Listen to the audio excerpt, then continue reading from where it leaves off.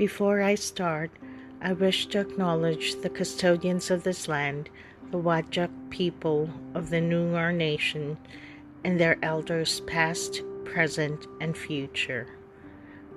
I wish to acknowledge and respect their continuing culture and the contribution they make to the life of the city and this region.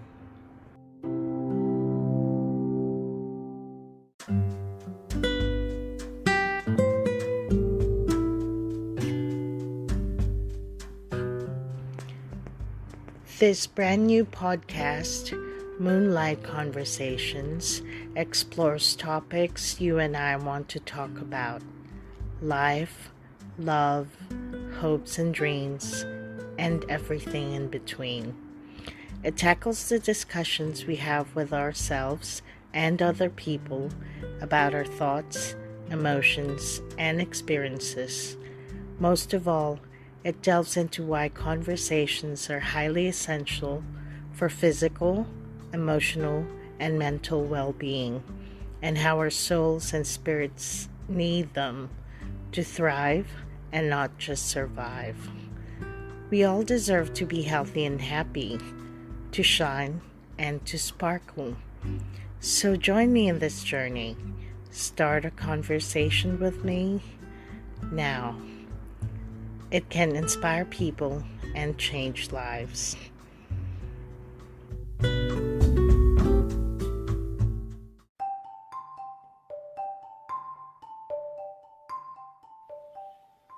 Tonight, I interview Kate Delmo, an academic and senior lecturer at the University of Technology, Sydney.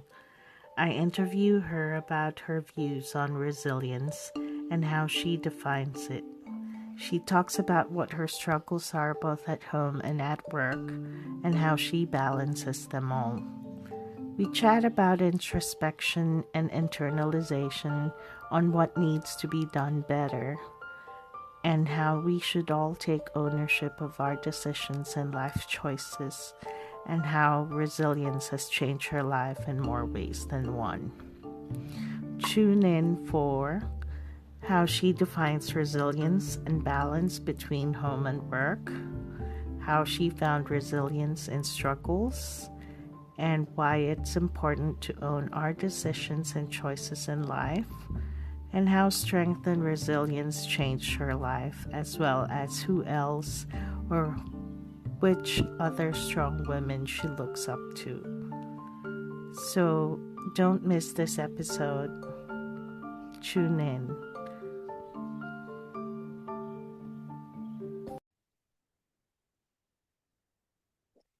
Welcome, Kate. How are Thank you very much.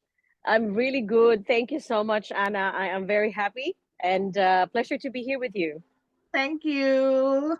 And yeah, so we want to start by making an introduction of yourself. Do you mind telling us more about yourself, what you do with work and like family life as well?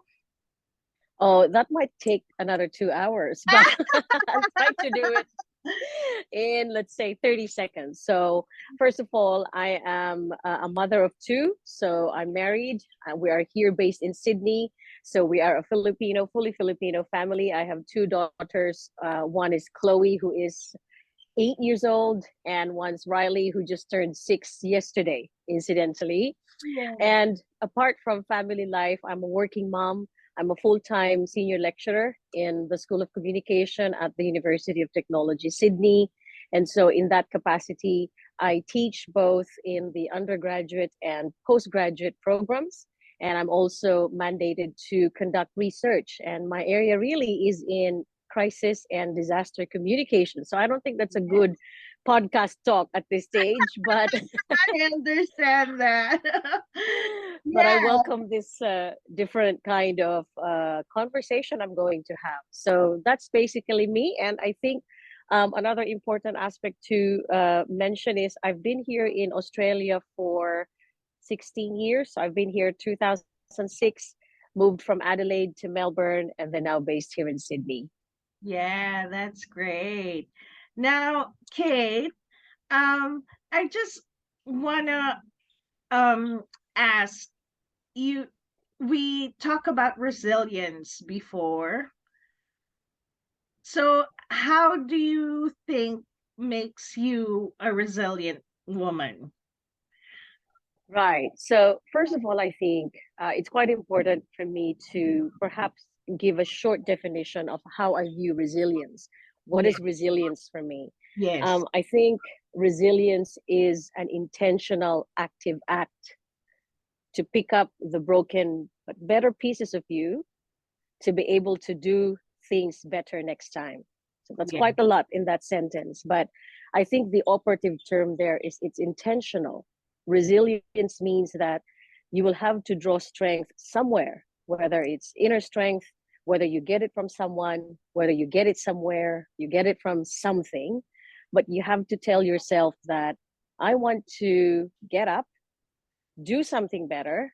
I'm not sure I'm going to do it all at once, but then the idea of resilience is that you're putting yourself out there to show up despite the brokenness, despite the things that frustrate, despite the things that don't work, and most especially things that we don't understand. So it's a big ask, really, for a Yeah. woman, especially. So how do you think that applies to you, like being a mom of two and a wife as well, and also a working mom at that? Yes, You know, right. how do you do all of that? I mean, resilience basically is the definition of yourself, or Yes. yourself is basically the definition of resilience because, I mean, you're an all-around mom. You do everything for your family and you also work at the same time. So, how do you make sure you balance all of that? Um, well, first of all, thanks for that compliment. If you think I'm a resilient mom, most of the times I'm not. I think I'm not, Are. but I think the most important guiding point for me is that being resilient means that I have to have margins for imperfections now. When Mhm. I was single, when I was young, I was bolder, I was more demanding about myself and about others. I want to make sure that everything is perfect. But Mhm. then when I got married, it won't be perfect anymore because you have another person there on board. And then Yes. you negotiate things, you negotiate space, you negotiate emotions, you negotiate reactions. And Yeah. then when I had my two children, all the more that there was no more room for perfection there because you have additional two people in your lives who, even if they're quite young, they have their own personalities, they have their own preferences, Of and you course. really just have to tell yourself, well, they are different persons of their own. And so being resilient for me is trying to tell myself, well, if I want to show up better tomorrow, I need to understand that other people are also trying to show up by being themselves. I Yeah. can't impose on them anymore. I can't impose my realities on the others. Exactly. Otherwise, I'm not being resilient. I am being non resilient because you're restricting yourself and the others to grow. Now that's for the family life. And I made it sound simple. I know I'm not special, I'm not precious. Your listeners perhaps can relate to that, and others will have more difficult circumstances. But let's say for work as well, being resilient at work is trying to tell yourself that you're never going to get it right all the time. In fact, never. There will Mhm. always be someone who will tell you that you didn't do enough, that you didn't do things right. So Mhm. that's one. You have many stakeholders that you show up to at work. In my kind of work, I have my students. That's a big chunk of stakeholders who have varied expectations of how they want to learn, how they want to be taught, how they want to be heard. And then you also have your peers, your colleagues, Yes. who will also have a different set of should I say, expectations of how you should do things and how you should do better.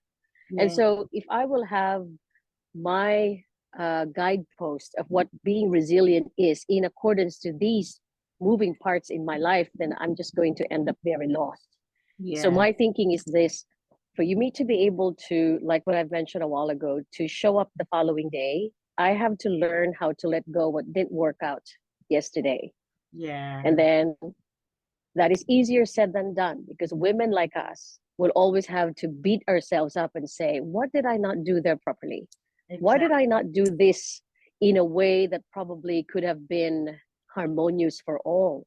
But Yeah. you see, as a woman of color and in a migrant situation here, half of you sometimes, well, half of me, probably I'm personally saying this, is Mm. that you always, you feel like, I feel like I always have to work harder in amongst everybody in the room to Yeah, just get like you have to noticed. prove yourself Yes, more.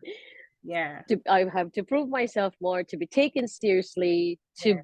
to avoid tokenism, that you're just one academic who just got here, because of course you bring in history, your own histories, your own Yes. trajectories in terms of how you got here. So this entire idea of resilience inspires me, because it tells me that if yesterday made me feel broken for so many different reasons that make us feel Mm. broken in Mm. our daily lives, I have to let go of them, and I have to let it be. And tomorrow, I have to have a stronger philosophy that I will latch on to and say, look, I may have done wrong yesterday, but this is what I can do today. And Yeah. I am, and I'm no longer affected by, will they like me if I Mm. do this instead of what they do or what they want me to do? Because I think I've made peace with myself. And this also comes with aging, Anna. I think this Yes, comes with yes, aging too.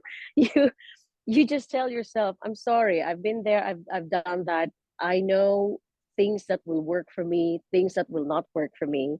And mm, I think you have a stronger sense of who you are.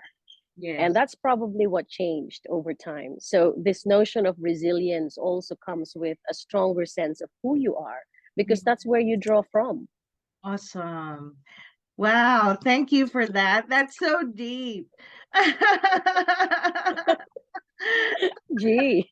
Now, I just want to go back to like the stakeholders you have to like um Show up show up to. to. Yeah. So like your students and your peers, like what if there's something wrong with family life and you show up next day to work feeling, different, feeling unsettled and all that. How do you show up looking like Good you're okay? question. you know, or the other way around.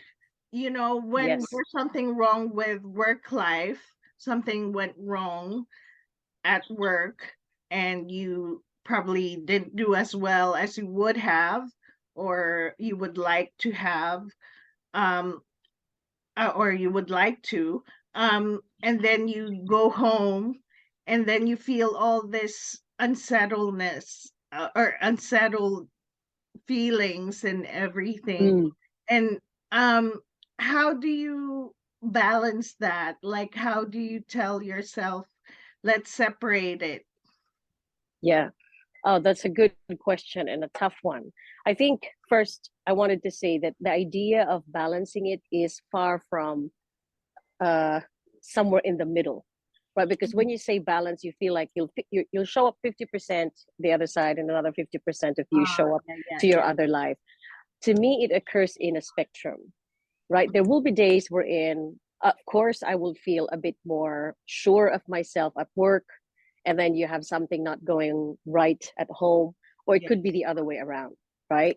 There are certain days wherein, and this is funny because I have a 1 hour and 10 minute train ride between Mm. my university, my office, and then my workplace, and then my house. So that train ride, really, to me, I consider it as something very sacred. That's when I regroup. That's Ah, when I shut down from one world and try to turn on to the other world waiting for me. So on awesome. my way to work, yes, on my way to work, Awesome. and your listeners who are also in the same landscape, emotional landscape as mine. So after I drop off the children in the morning, so my arrangement is I'm the drop off parent and my husband is the pickup parent. Yeah. So when I drop them off in the morning, on the train, that's when I try to tell myself, okay, they're safe in school. Whatever happens, they will just call us, and I'm just going to deal with it when it's there. So the Mm. worrying, I have to shut down. And then now I have to start thinking ahead. Okay, what's ahead of me? These are the things that are supposed to be done today, or these are the things that I don't feel like doing today. Yeah. Now, on a given, rather, on an ideal day, it works that way. We're in the train ride is the shutdown mode, the turn on mode for me. Yeah. There are days we're in, I just cry on the train. There are days we're in, that's when I try to think about what happened as well. Very introspective, for Mhm. example. But then there are days too wherein I'm not able to show up properly in any of these worlds. The thing that I'm trying to train myself now, and I'm hoping I can learn this, is I hope that my family life is not the receiving end Yeah. of my frustrations at work, because it's more of that. I am able to leave what's wrong at home when I'm in the workplace, in my workplace, pardon me. In my workplace, I can really zone out. I mean, it's one place we're in. When I'm there, I forget many things. And that's why I feel like I thrive there, because I'm not able to think about emotional problems at home. If there are parental problems or parental predicaments, for example, I can really zone out, zone in.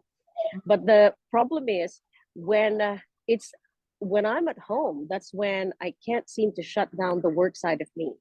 And Yeah. so my family members are the ones who are mostly affected by it, because if something went wrong in my class, with my peers, I Yeah. really bring it home. You see, sometimes the train rides don't work. And that's what I'm trying to perhaps learn more in this Okay. stage of my life, that it will never be balanced, but then I need to be able to find ways on how I can draw the line. And I think that's quite universal for all of us. Mhm. When COVID happened, Yeah. because your home place was your workplace, all the more Yes. the Yeah. blurring of the lines I became know. more difficult, right? So that was a universal predicament for most of us, because now I didn't have train rides anymore. I Yeah. was just in one room, and I And better make sure that when I get yeah, out of that when you office go out of space, your room, that you switch on and off, switch off and on. yes, and Oh then my there's no place. goodness. There was no place anymore to retreat Yeah. emotionally, right? I mean, the Yeah. shower, yes, but then there was nothing. I mean, people were homeschooling. My husband was also there in the same workplace. And so it had to be mental at some point, Anna. My thing is, at some point, you know, before when you were younger, you want to go drive somewhere else, it does the trick. But Yes. you don't have resources for that now, right? Mm. Especially during the pandemic, we literally couldn't get out of anywhere. Yes. So you had to grow inward. So I think to me, it's more mental play. And Mm. then I have to just tell myself, great, this is a tough day because I had a tough day yesterday at work. Tomorrow will be another tough day, but Mm. then I'm going home now, right? So this is a different part of my life now. So I tell myself, Kate, you need to try to at Okay. least focus on the family. It's very hard, easier said than done. But Okay. then I'm just happy that I'm now more aware that I need to do Mm. it. And sometimes that's all you can aim for, just raising an awareness to yourself that you need some work to do. Yeah. And we So are work it's in progress. yeah. Yes. So it's more internal. Like you do conversations with yourself as well, saying you can do this, Kate. Let's do it. And then you've got to try and all that. And then it's like an internal manifestation almost of like Yes. you're going to be this resilient mom, this resilient teacher or lecturer, and then you've just got to do it and show up. Yeah. And sometimes too, I'm not sure if this works for you or for the other listeners there, but you also trick yourself. It's a mind game, actually. So, for example, I do the tricks and the treats to make me just find my grounding or my center. So, for example, coffee dates for myself. Yeah. I get a good book about. I went into a crystal mode too, or crystal face. I had all of those bracelets that will tell you, okay, Uh-huh. this will ground you. I Yes. mean, no offense to any those things work for me. I mean, Yeah. at some point, for some stages in my life rather, that really worked for me. And to me, why not? if you're not harming anyone, if it's something that, if it's just even tricking your brain, why not? Because at some point it's really your what do you call this, your head, heart, and gut aligning for Yeah. you to be able to say, okay, this, I got this, or nope, I don't, I'm not ready for this, or no, I will never ever be ready for this, or this is painful, this is hard, or yes, Yeah. this I can change, or this I cannot change. So Mm. again, awareness, I think, is a key element of resilience. So how do you draw the line between, like, because we talk about like issues and tribulations and Oof. predicaments and all that. Um, how do you draw the line when you say to yourself, I can do this, and then I can't? And then, like, what do you tell yourself? What Mm. kind of, Yes, the self-talk that happens there is, first I try to be more, um, what do you call this? I try to assess myself and ask questions like, number one, okay, what's making you feel this way about this situation, Kate? What's wrong here? And so yeah. I'll have answers right now. For example, I found it wrong because I feel like my authority was undermined as a lecturer, right? So I have to label it. Mm, Otherwise, my emotions will just go haywire, and that's not helping me. I've seen that in the past. So, yeah. number one for me, I need to know, okay, what's wrong here? What's making you feel this way? If you're feeling sad, Mm, what is it? If you're feeling angry, what made you angry here? If you're feeling overwhelmed, what is overwhelming here? yeah. And so, after I've labeled it, the next question is why? So, okay, I got angry. Why? Why is it so important for me not to feel undermined? Oh, because, and then you will have answers, right? Oh, because I Okay. worked very hard. Oh, because Mm, he's unfair. Or mm, she never, ever, ever listened to me. And then it was easier for me to channel, yeah. okay, this, I can do something about this. Okay, if she never listened to me, then maybe I can request for a meeting wherein I can talk and I can say things, right? So it becomes an action now. And Yeah. so, to your question of how do you delineate what can you do, what can you not do, what you can change, what you can't change, it Yeah. really has to have a lot of internal conversations first Yes. before I say, because sometimes the answer is, well, the reason why she's like that, because that's her personality. Well, I can't change that, can I? And so my reaction would be, okay, so if that's her personality, I'm going to try to make sure that when she is acting that way, I'm not around. So Mm, you now learn how to adjust around that personality because you can't change it. And yeah. most of the times that's what happens to me. There are many instances now when you feel like, well, I can't change this. This is Yeah. systemic in the university. I'm Yeah. too tiny of a voice to change anything about this. But here are some of the things I can do in the meantime or Yeah. in lieu of that, for example. And Okay. sometimes that already makes me feel good and say, okay, this is just where it should be. Then maybe this is a line that I can draw on this. All the others, I try to let go. That's awesome. That's just great. It's internalization of, like, trying to break down what your feelings are first and Mm-hmm, why you're feeling that way and what you mm-hmm, can do and cannot do at the same time. mm-hmm. And just basically trying to figure out which one works and which one doesn't. Yes, that's Yeah, true. that's awesome. Okay. Now let's talk about what other, like you mentioned, um some problems that you have encountered at work, and like what other problems do you encounter, like both at home and at work? At And what, work. yeah, and what, how did those tribulations or problems contributed to, like, your strength? Mm, yeah. Okay, let's try to see. I'd like to talk first about, let's say, some of the issues, or maybe one issue at home. Mm, So we reach the point in our marriages, in our relationships, in our partnerships, mm, wherein you start thinking, is this it for me? Yes. Is this what I have signed for? Yes. And that's coming from a place of deficiency. You're asking that because you think, well, there are deficits. I'm not being listened to. Either you're not spending time together, or you feel like the person doesn't understand your work. Many varied reasons. Probably I'm not going to get into that, but I got into that point wherein I feel like I don't think this is the one for me, right? And so I don't think this entire setup is the one for me. No regrets about the children, but it's all about that partnership when you feel like I'm not getting what I thought I should get. So Mm. that was an issue. And that issue was recurring in my head. And then I cried about that issue. I tried to Mm. seek help professionally about that issue.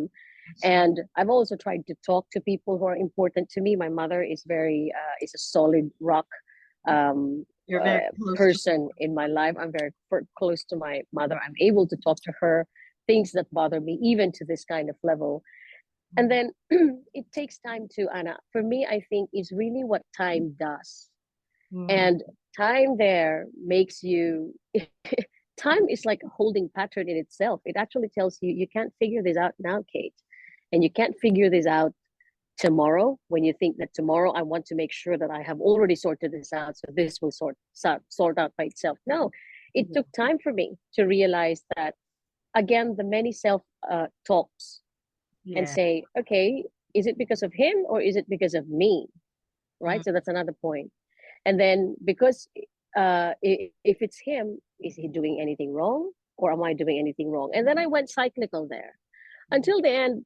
I just had to tell myself, well, Kate, if you married this person, you have two beautiful children, you can see that the person is trying his best Mm. to show up to you as the partner who wants to be with you for the rest of his life. I just have to be forgiving of the things that are not there. And Mm. to me, that was like a broken moment in my life. And I feel like, oh my goodness, here I am forgiving again. Here I am not getting what I want. And so I also had to forgive myself. And Yeah. it entailed plenty of rewiring of my brain to Yeah. actually tell myself that I have to view at things, and I'm not still perfectly good at this, I'm learning this. Yeah. I need to be able to view things from a place of abundance, Yeah. right? I think we all Not are. Yeah. deficit. Yeah, I think we should do that because if we're Mm. doing that, then we let others breathe, Mm. right? And then we loosen up on the reins. Mm. And when I tried that, and I'm doing that now, I'm trying that, I feel like, gosh, it's not too bad.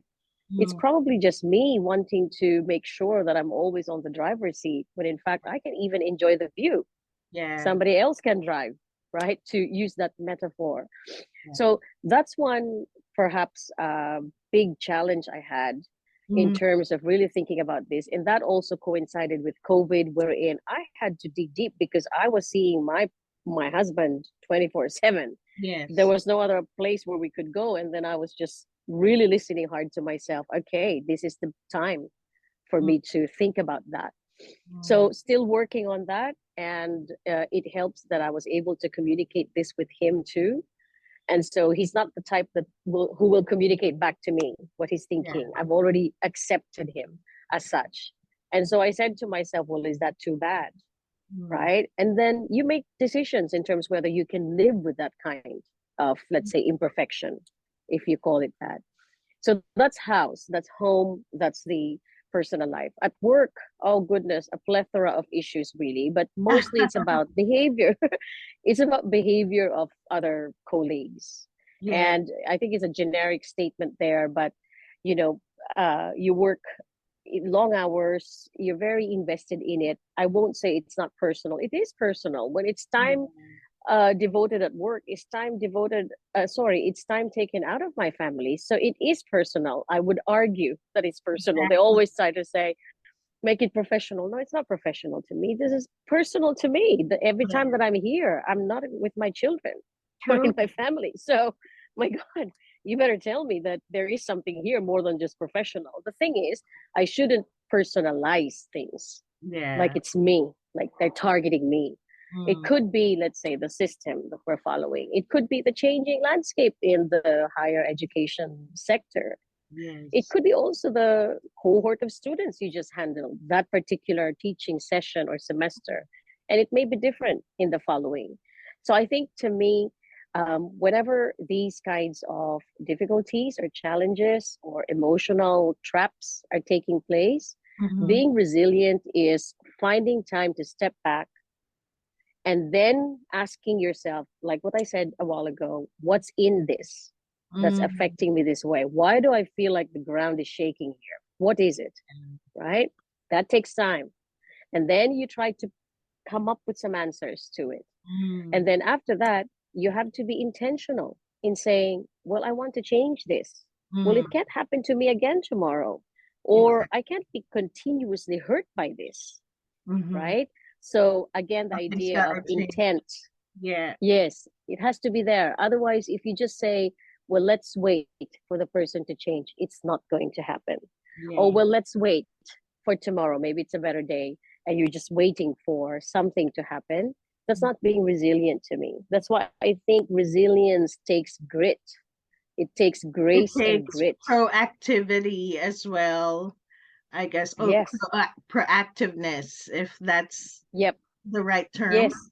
Yeah. Mm. So, in saying that, um, is it because you have a lot of internalization, like internal conversations or communication with yourself, but I understand that. But you mentioned that you also sought help with other people. Hmm. Did that help a lot as well? Yes. Just a note that I learned about seeking help from other people, and this probably takes a bit of wisdom too. I Mm, had to make sure that I am seeking help from people who are truly concerned and are not just curious. yeah. We have people around us who are curious to just know what's going on with you, how are you dealing with things, and Mm, then they make you open up your emotional wounds and they leave them there. yeah. Or worse, they rub more salt in it. There Oh. are people that I feel, the ones that I wanted close to myself when I'm going through this, are Mm, those people who are mm, concerned in a way that they truly, genuinely want to listen to you. No and one imposing other realities. The advice, although they are probably unsolicited, are mentioned in a proper way, in a proper approach, not to make you feel that, well, why did you do this? Or, well, why did you do that? yeah, That's the worst that people can who happen to you when you're trying to figure out. I think it, what you're saying is you want to open up to people or to share these thoughts and these feelings and emotions to people who you trust, and and that way you don't like let yourself down as well when Yes, there's no there's no proper feedback or yes, something. Yeah. yes. People you trust and people who make you emotionally safe.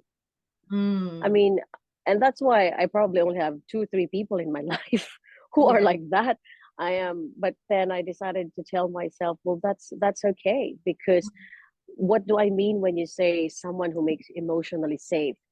Somebody whom you can call at any time of the day, any time Yeah. of the night, and somebody who will just listen to you when you cry, when you're angry, when you are confused, when you're just trying to rant, if it's a rant, or Yes. when you're trying to self-loathe, right? Somebody who won't say, well, I told you so, Yes. or Someone I who knew it. judge you. Yes, the Yes. idea of a person, a listener who will judge you, that is not emotionally safe for me. Uh, That will not work for me. And so I have friends who I know are still my friends, but I do know that they're quite judgmental based on certain issues. And so I mm, stay away from them. It doesn't mean that we're not friends anymore. I just know that on the day that I needed someone on this, they're not those ones who mm, I'll be calling, right? So I these people who are concerned, who make us feel emotionally safe, are the ones who will still love you after this, yeah. after all the brokenness, after the wrong choices, the wrong turns, the Yes. wrong circumstances that you get into, Mm, right? We have perhaps a few friends who would have already told us, well, this is going to be tricky for you, but then you still did it. But then it all went wrong, but you mm, never hear them say, well, I told you that Yeah. this would be wrong. What did they say instead? Well, what did you learn here? Mm. You see, those are the kinds of people who are gems to me. And Yeah. I don't have a lot of those, but they are gems. Somebody who can tell you, what do you think is this experience trying to tell you? That Yes. just changed the whole experience for me. It didn't tell me, well, this is something that you should be ashamed of. This is something that you should remember. Shame is also quite a big word. And Yeah. that's something that haunts us many times. Of But then course. it was never brought up in the conversation. It was more of like, well, what do you think is this stage in your life trying to tell Mm-hmm. you, about others, about your priorities, Yeah. about the way you love, about the way you live? So that's emotional safety for me. Yeah. So I guess one, there's so much information already that we Sorry. got. No, no, no. I love it. I love it totally because I'm learning so much from you. Like, Oh, thank um, you. like the way you have to be authentic to yourself as well Mm-hmm. as to other people in order to be, you know, to know yourself, like you said, and Mm-hmm. then that makes you resilient as well, doesn't it? Mm. Yes. Yeah. And if I can just add to that, sometimes, we know that when you make decisions, sorry, when you make choices, you choose choices rather, Yeah. right? But you don't choose the consequences of those choices. Of course. And sometimes that's what's hard, because you feel that, well, I've already made this choice, and why is it still hard? Oh, Mm, because one of the consequences is that other people will react differently. And I mm, didn't probably think about that. mm. Or other people will not like me if I Yes. made that choice and I wasn't prepared for it. So Mm, now, to me, resilience really is also trying to, I will use the phrase again, give yourself the margins to say that when you choose something, it will never be the holy grail of that situation. yeah. Neither will it be a point wherein everyone in your world will agree with what it is that you've done. So you Yeah. have to be okay with it. Yes. And I think, to me, that's maturity. Exactly. Resilience, I think, is maturity. You just have to say, sorry, you don't like it, but I Yeah. went through it. I did it. Yeah. And like being safe and being, confident in yourself and with the Yeah. choices that you make, as well Yes. as the consequences, like you said, and just basically, having to like learn to deal with it in your You own, own it. yeah, Yeah. your You own own, it. yeah. You own it. I mean, there are consequences too that will make you cry. How many times I've made a choice that I thought was right, and Mm, then it ended up hurting one or two people in my life, and that was painful to watch. And mm, then some of them didn't, I've never repaired the emotional relationship with that person. That hurts. And mm, then I also had to give myself the space all the time to process that emotionally. I yeah. mean, why again is it hurtful? I mean, it's okay to cry about these things, either with someone you trust or alone. Mm, And I just had to make sure.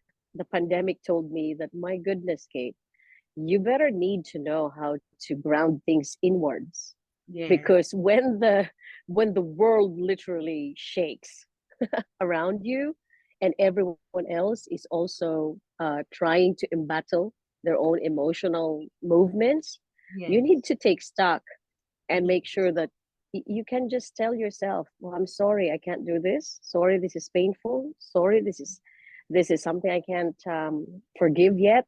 Maybe later on. But then the idea there is, it's always now against time. And Yeah. that's, I think, something I did have understanding of fully when I was younger.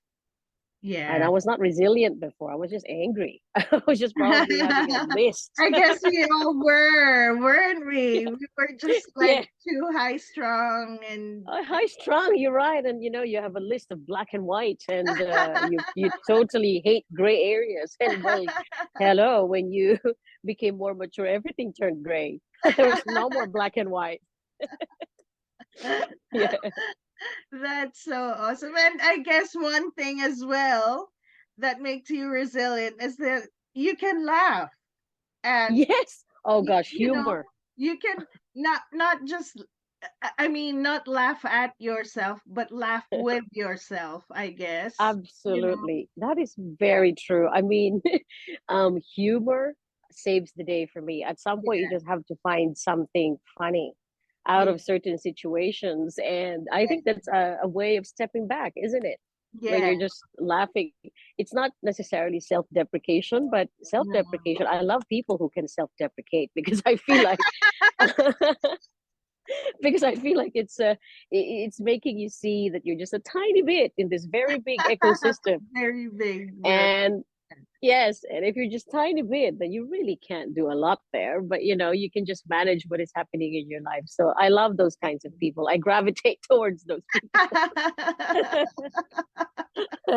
That's great. Now, how have you I guess um I just I'm just very interested in knowing what was one of the most difficult conversations you had, whether it's, Mm. at work or family or Yeah. kids, even Mm. children. Yeah. One of the most difficult conversations I had was when I was trying to explain to my husband why I felt I wasn't happy in the relationship anymore, in the marriage. That was hard because I knew he wasn't doing anything directly to make me feel bad, right? Mm, He was just being himself. It was hard because I didn't want to be emotional, but of course I was emotional. yeah. I rehearsed it many times in my head, but of course when it happened, the exact opposite happened. I was just like, wow, Yeah. like, gee, really. I mean, if there was a camera in front of me, that wasn't a good sign. So it was hard because it was during COVID and I found it hard to hide it from my children. Mm, So it was also hard because he wasn't speaking back to me. He wasn't communicating back to me. He was just absorbing. That's his personality. He was just saying, well, what do you need to help mm, you with that? I feel like I don't need anything. I don't know what I want. I think I want to separate. I think we should just get a divorce. I think, you see, just hearing myself say those things was hard. So it mm, was a difficult conversation because I knew I was hurting him equally. And because my children could see me, I was also hurting them. But then I said to myself, well, you have to have this conversation, Kate, because if you don't tell him, then you're also not being an authentic, genuine partner. mm, And so I wasn't telling him to punish him. I wasn't telling him to get his attention. I wasn't telling him to just play cranky. I was telling him because I was sending him signals that there's probably something here that we need to fix. Well, I don't know what it is, too. And so I'm talking to you because I want you to be a co-active agent with me on this. mm, And so I think the good thing that came out of that difficult conversation is the idea of release for me. I wasn't pretending anymore to him that, yes, everything is rosy. Well, guess what? It's not, mm, right? So because I wasn't pretending, I had emotional space to be sad. I had emotional space to tell myself, oh, this is one of those days and I'm feeling very lonely again because of this. And mm, I think that made him think and rethink that, yeah, what are the things here that we can do? But we never had the conversation we're in. He told me, okay, Kate, because you found that hard, what about we do A, B, and C? I wish I have that partner, but mm, that's not the person I am with. And now I'm not taking it against him anymore. I just realized, well, he's showing me in some other ways. And I think we're slowly treading back towards each other in that regard. So I think what we're saying here is that there are some difficult conversations that lead to some things that can make things easier and more beautiful. But there are also some conversations that became difficult and led to something worse. I've mm, had them too. And mm, those were the conversations that landed wrongly on mm, the other end. Those were the conversations that I didn't say probably the right words, mm. or the person perhaps was not ready to listen to what I had to say, and yet I still pushed it, Yeah. right?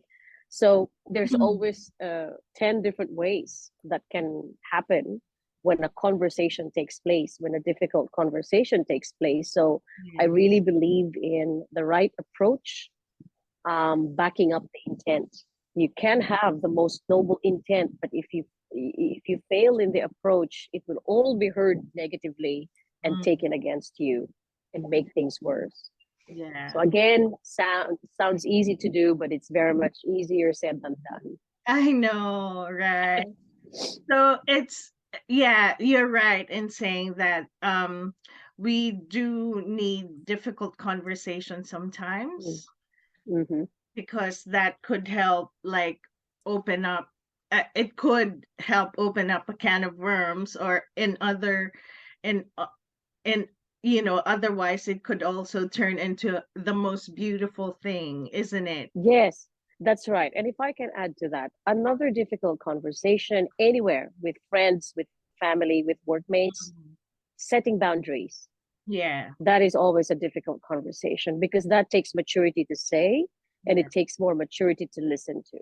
When yeah. you try to tell your colleagues, perhaps, I'm sorry, this is one thing that can never be done to me, undermining my authority. And here are the reasons for that. If you Mm, are undermining my authority, here's one boundary. We'll get another third party to listen to our conversation. That's setting boundaries there.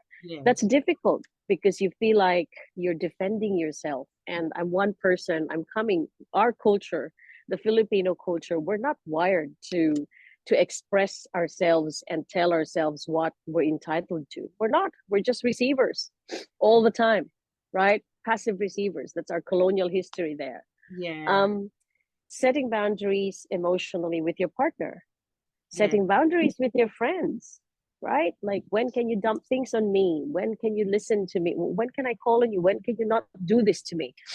Yeah. Even now, setting boundaries, I'm learning setting boundaries with my children.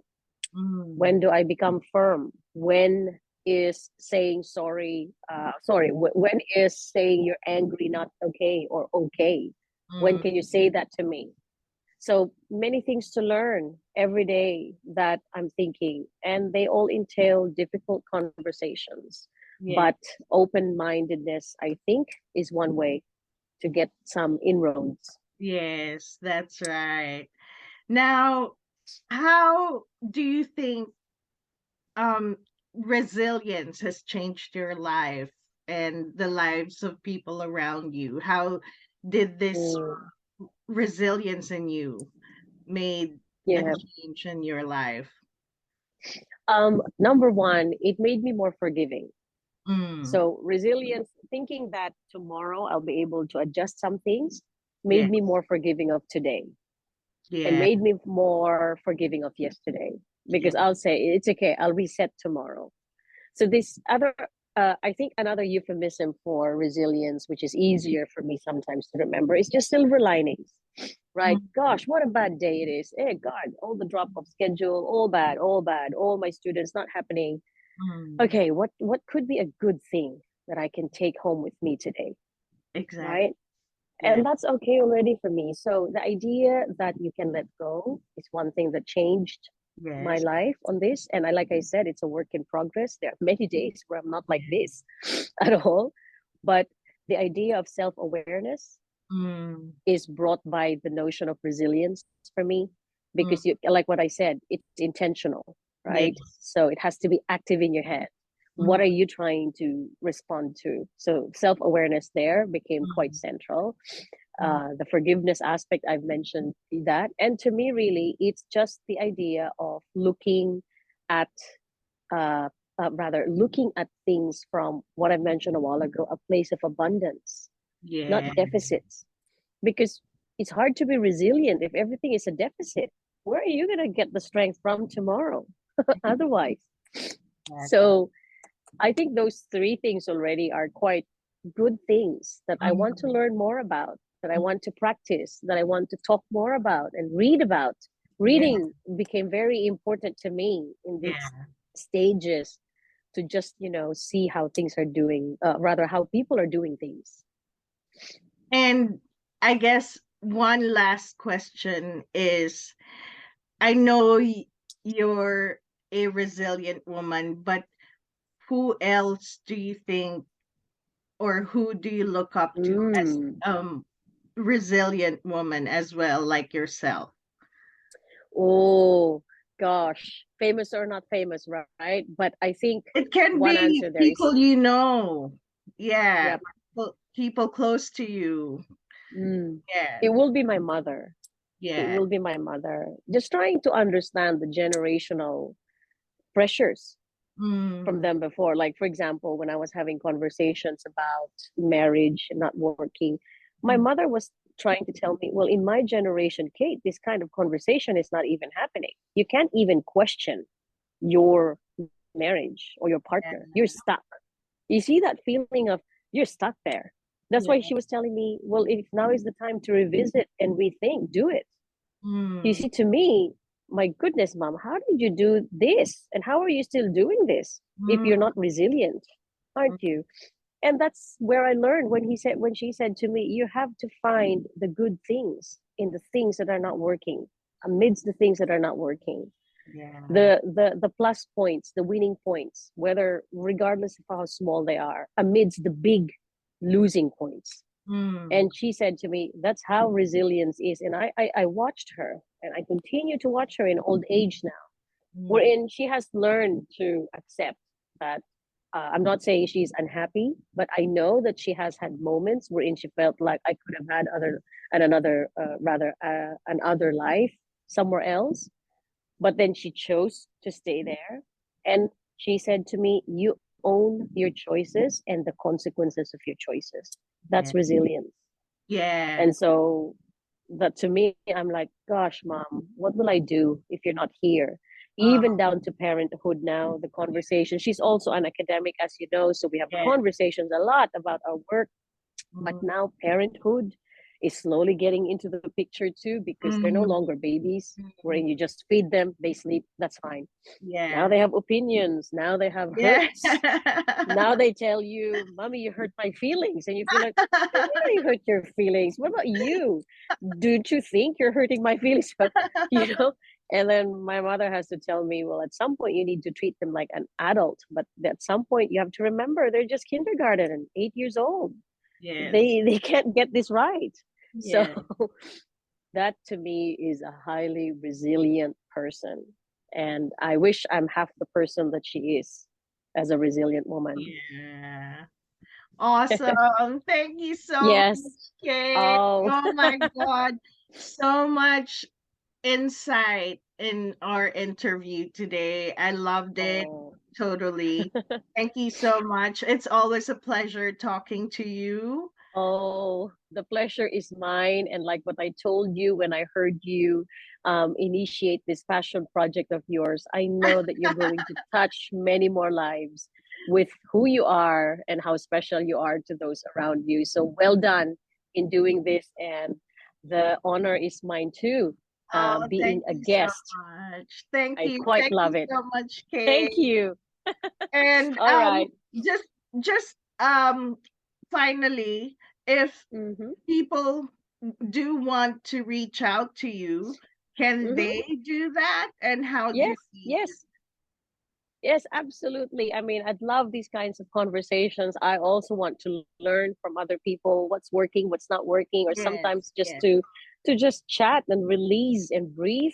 Mm. Email is the best one. I'll probably email you my personal email address so you know. Oh, Yes, you have my personal email yes, address. You yes. can share them. You can share that with them, and I'm happy to hear from you. And we can perhaps continue with more conversations there. Yes. Thank you so much, Kate. Okay. Thank you. Take And care enjoy and and good all luck. the best. All the best. Thank I you. mean that You you're too. always no, you're the best. You are bester than I am. Thank you so But much. yes, And thank I'll you. talk to you again soon. Sure, sure. Anytime. And all the Thank best to you. more conversations. Thank Okay. you. Bye. Bye.